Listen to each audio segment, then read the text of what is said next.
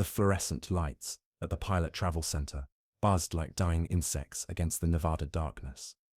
It was 11:47 p.m. on October 15th, 2009, when Mariah Deane swiped her debit card for the last time. Coffee, black, and a bag of sunflower seeds for the long drive home. She never made it. The security camera caught her walking back to her silver Honda Civic, keys jingling in her hand, her nursing scrubs still wrinkled from a 12-hour shift at the Reno hospital. The parking lot was alive with the rumble of diesel engines and the hiss of air brakes. 18-wheelers lined up like sleeping giants in the amber glow of the truck stop lights. Maria was 26. She had kind eyes and a laugh that could fill a room. She was driving home to her apartment on the outskirts of Carson City, a 40-minute trip she'd made countless times along Interstate 80. Her mom was expecting a call when she got home safe.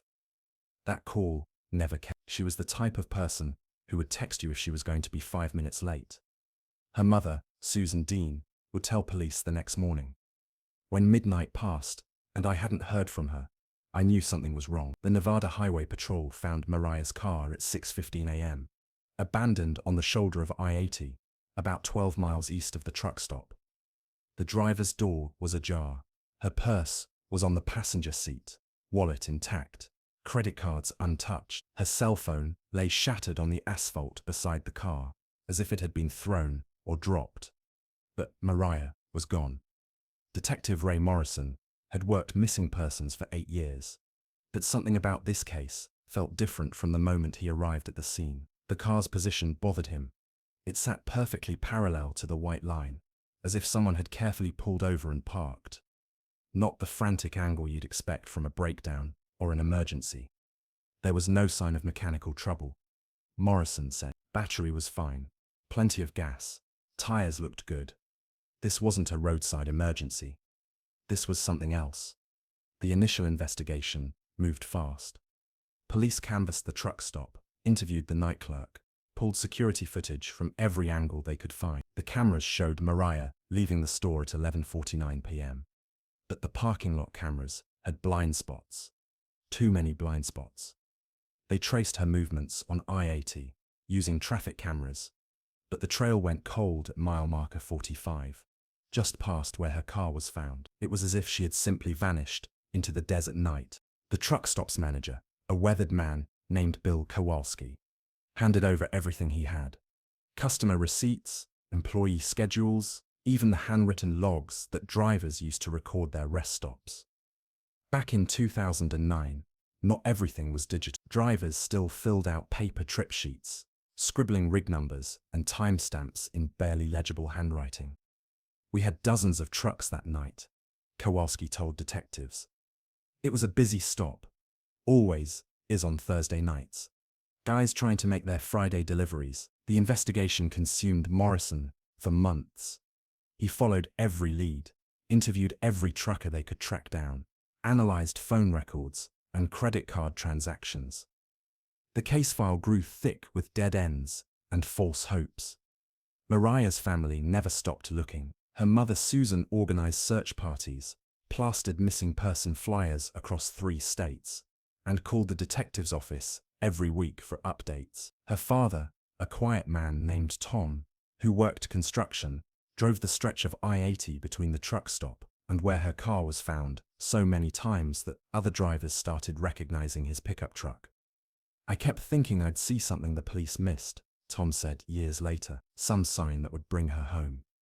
But as months turned to years, the active investigation wound down. Other cases demanded attention. The file moved to the cold case division. Mariah's story faded from the local news, though it never faded from the hearts of those who loved her. Detective Morrison retired in 2018, but he kept copies of Mariah's case files in a box in his garage. Every few months, he'd pull them out, spread the photographs and witness statements across his kitchen table, and stare at them like a puzzle missing crucial pieces. There were so many trucks that night, he'd mutter to his wife. So many possibilities. But without digital records, without GPS tracking, it was like trying to find a needle in a haystack. The breakthrough came from the most unexpected source. Betty Martinez had worked as a dispatcher for Consolidated Freight Lines for 37 years. She was the kind of employee companies dream about: meticulous, reliable, and completely devoted to keeping track of every detail. When she announced her retirement in late 2023, the company began the massive task of clearing out her office. That's when they found the boxes. 3 cardboard file boxes, stuffed with handwritten trip sheets dating back to 2000. These weren't official company records. They were Betty's personal backup system. For decades, she'd made photocopies of every driver's paperwork before filing the originals, storing her copies in boxes under her desk. "I never trusted computers," Betty explained. "Papers don't crash. Papers don't get deleted. I always said you need a backup for your backup." The company's new IT director, fresh out of college and tasked with digitizing everything, almost threw the boxes away. But something made him pause. Maybe it was the neat handwriting, or the rubber bands holding each month's papers together with military precision. Instead, he called the Nevada State Police.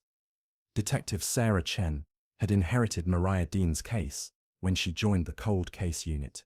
She was young, ambitious, and had a reputation for seeing patterns that others missed. When the boxes arrived at her office, she knew she was looking at something special. Most cold cases stay cold because the evidence isn't there, Chen said, but sometimes the evidence is there. It's just buried under years of bureaucracy and filing systems. Chen spent weeks going through Betty Martinez's meticulous records, cross-referencing driver names and rig numbers with Department of Transportation inspection logs. It was tedious work, but she had something earlier investigators didn't: modern database technology and the ability to search through years of trucking records with a few keystrokes. The pattern emerged slowly, like a photograph developing in a dark room. On October 15, 2009, 17 different trucks had logged rest stops at the Pilot Travel Center between 10 p.m. and 1 a.m. Betty's papers showed each driver's name, their rig number, and the time they'd signed in and out. But one entry stood out. Rig number 471, driver Dale Hutchins, signed in at 11:52 p.m., signed out at 12:18 a.m. The timing was perfect. Mariah had left the truck stop at 11:49 p.m. Her car was found 12 miles down the road. Dale Hutchins had been at the truck stop during the exact window when she disappeared, and he'd stayed for 26 minutes, longer than most drivers, who were just grabbing coffee and fuel. Chen ran Dale Hutchins through every database she could access: DIAT records, criminal background checks, employment history. What she found sent a chill down her spine. Hutchins had been driving trucks for 22 years. He'd worked for 6 different companies, always moving on after a year or two. His route covered 11 western states, and his employment gaps matched up with several unsolved disappearances of young women near truck stops and highway rest areas. But most importantly, Hutchins was still alive, still driving, still covering the same routes he'd been running in 2009. The arrest required delicate coordination. Hutchins was currently hauling a load from Los Angeles to Denver, somewhere on I-40 in Arizona. Chen worked with law enforcement across 3 states to track his current location without spoiling him. They found him at a Love's Travel stop outside Flagstaff, fueling up for the final push to Colorado. When the Arizona Highway Patrol surrounded his rig, Hutchins didn't run. He just sat behind the wheel, hands visible on the steering wheel. "Wait," he looked tired, the arresting officer reported, like he'd been expecting this for a long time. The search of Hutchins' truck cab revealed a treasure trove of evidence. Under the passenger seat, investigators found a collection of small items that made their blood run cold: a hair clip with long brown strands still attached, an earring, a cell phone case, and tucked behind the CB radio, a plastic soda bottle that would change everything. The bottle was old, the label faded, but it still contained traces of saliva on the rim. DNA testing revealed a match to biological evidence recovered from Mariah Deane's car 14 years earlier, evidence that had been carefully preserved but never matched to a suspect. The science was clear. Dale Hutchins had been in Mariah's car. The confession came 3 days after his arrest, in a windowless interview room at the Nevada State Police headquarters. Hutchins sat across from Detective Chen and Morrison, who had come out of retirement for this moment. "I've been carrying this for 14 years. Hutchins said, his voice barely above a whisper. "Every mile, every stop, every time I saw a silver Honda, I thought out that night." The story he told was both simple and horrifying. He'd noticed Mariah at the truck stop, walking alone to her car. Something about her reminded him of his ex-wife. He said, the anger that had been building during a difficult divorce, the loneliness of life on the road, the isolation that comes with endless hours of driving through the darkness. "I followed her," he admitted. "Didn't really have a plan, just followed her headlights on I-80. When she pulled over, I think she had car trouble, or maybe she was getting a phone call. I stopped behind her." What happened next was the nightmare that Susan and Tom Deane had imagined 1,000 times over the past 14 years. Hutchins approached Mariah's car under the pretense of offering help. When she rolled down her window, he forced his way inside. "She fought," he said, staring at his hands. "God, she fought so hard. But I was bigger, and I was angry, and I wasn't thinking straight." He drove her car to a remote area in the desert, 20 miles from the highway. What he did to Mariah there, he told investigators, would stay between him and the lawyers. But when it was over, when the rage had burned itself out, and the reality of what he'd done crashed down on him, he buried her in a shallow grave among the sagebrush and Joshua trees. Then he drove her car back to the highway, wiped down the surfaces he'd touched, and walked the 12 miles back to where he'd left his rig, idling on the shoulder. The whole thing took less than 4 hours. By dawn, he was crossing into Utah, just another trucker making his delivery schedule. "I thought about turning myself in 1,000 times, Hutchins told the detectives. "Every time I drove past that truck stop, every time I saw a missing person poster with her face on it. But I was a coward. I just kept driving." The recovery of Mariah's remains took 2 weeks. Hutchins led investigators to the general area, but 14 years of wind and weather had changed the landscape. Ground-penetrating radar finally located the grave site, hidden beneath a growth of scrub brush that had taken root in the disturbed earth. Susan Deane was there when they brought her daughter home.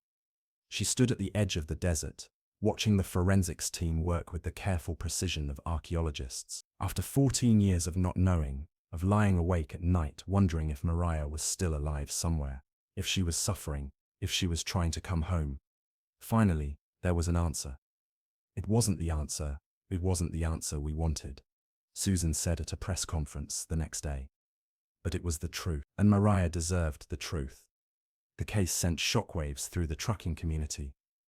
Dale Hutchins had been a ghost, moving from company to company, state to state, leaving a trail of questions that nobody had thought to ask. How many other truck stops had he visited? How many other young women had crossed his path during those late-night fuel stops and rest breaks?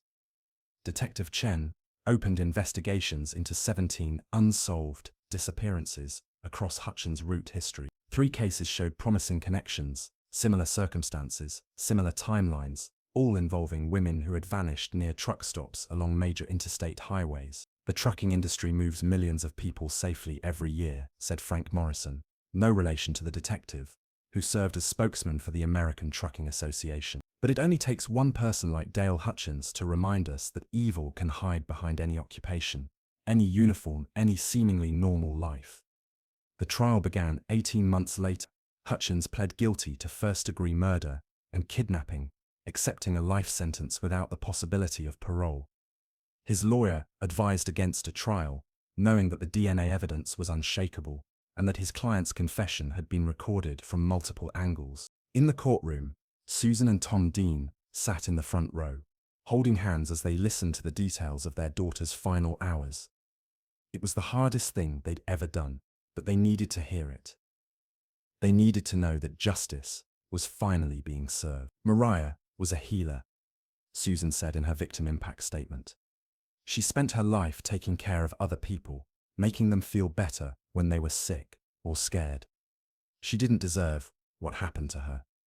No one does." Dale Hutchins listened without emotion, as the families of 3 other suspected victims spoke about their losses.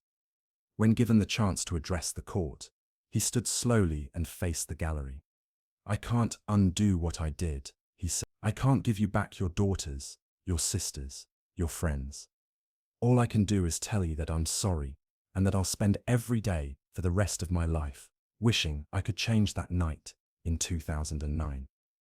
He was led away in shackles, beginning a sentence that would likely end only with his death. The case officially closed on a grey December morning in 2020.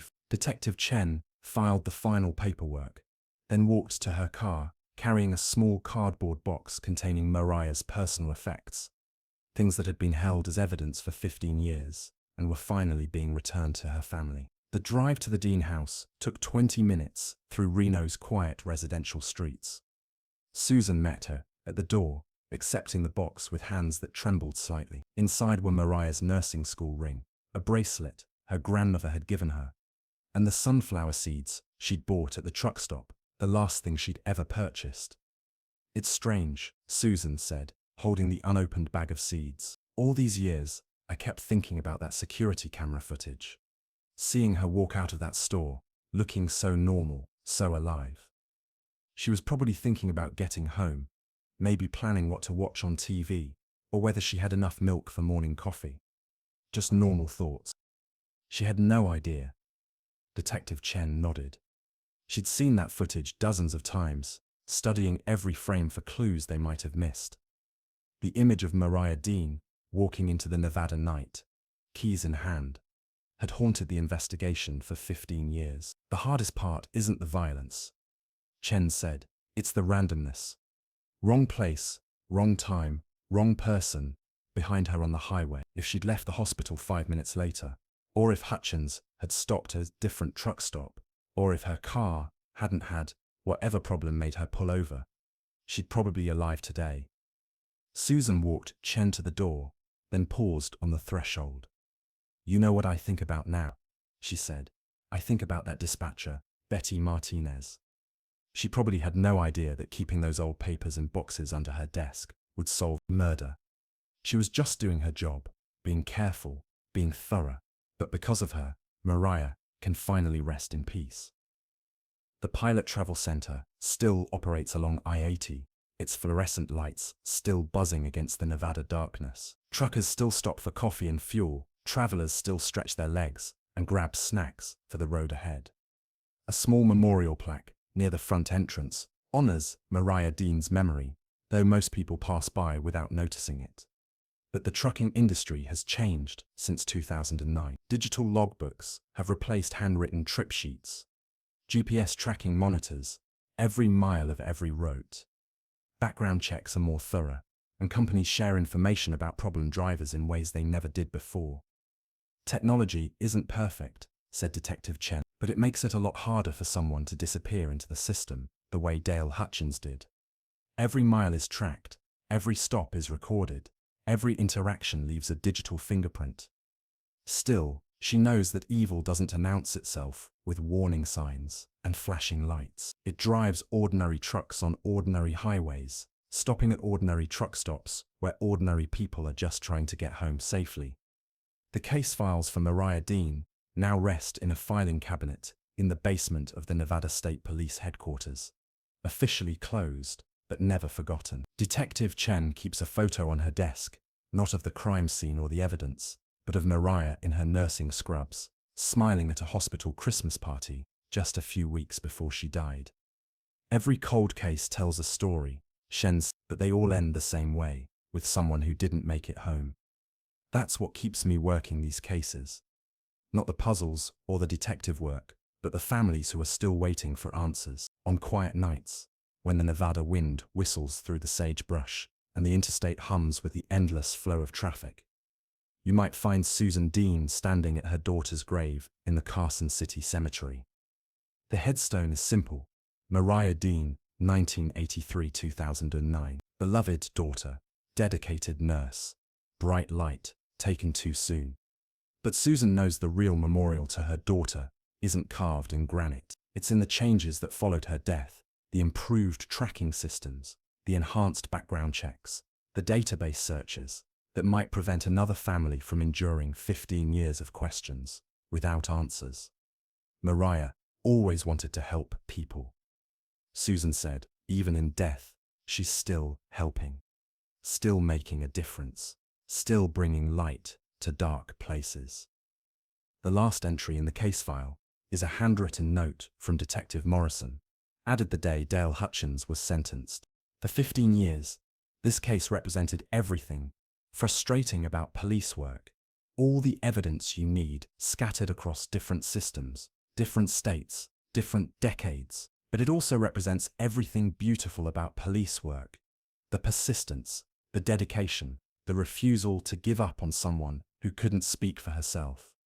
Mariah Deane was a stranger to most of the people who worked to solve her case. But she became family, and we never give up on family. The fluorescent lights still buzz at truck stops across America. 18-wheelers still line up like sleeping giants in the amber glow of parking lot lights, and somewhere in the darkness, between here and there, between departure and arrival, the memory of a young nurse who never made it home serves as a reminder that justice may be delayed, but it's never truly forgotten. In the end, it wasn't high-tech forensics or brilliant detective work that solved Mariah Deane's murder. It was an old-school dispatcher who believed in keeping paper backups, a young detective who saw patterns in chaos, and the simple truth that some secrets are too heavy to carry forever. Dale Hutchins will spend the rest of his life in a cell, counting the miles he'll never drive and the stops he'll never make. But every time a truck driver logs into a digital system, every time a missing person case gets solved through modern technology, every time a family gets the answers they deserve, Mariah Deane's story continues. She never made it home that October night in 2009, but in a way, she's been helping others find their way home ever since. The Nevada wind carries her memory across the desert, past the truck stops and highway markers, through the sagebrush and Joshua trees, to a place where the fluorescent lights can't reach and the diesel engines can't drown out the whisper of a truth that refused to stay buried. Justice, like the desert itself, has its own timeline. It may take 15 years, or 50, or longer, but it comes eventually, carried on the wind and written in the careful handwriting of someone who never threw away a piece of paper that might matter someday. In a cardboard box, under a dispatcher's desk, the answer was waiting all along.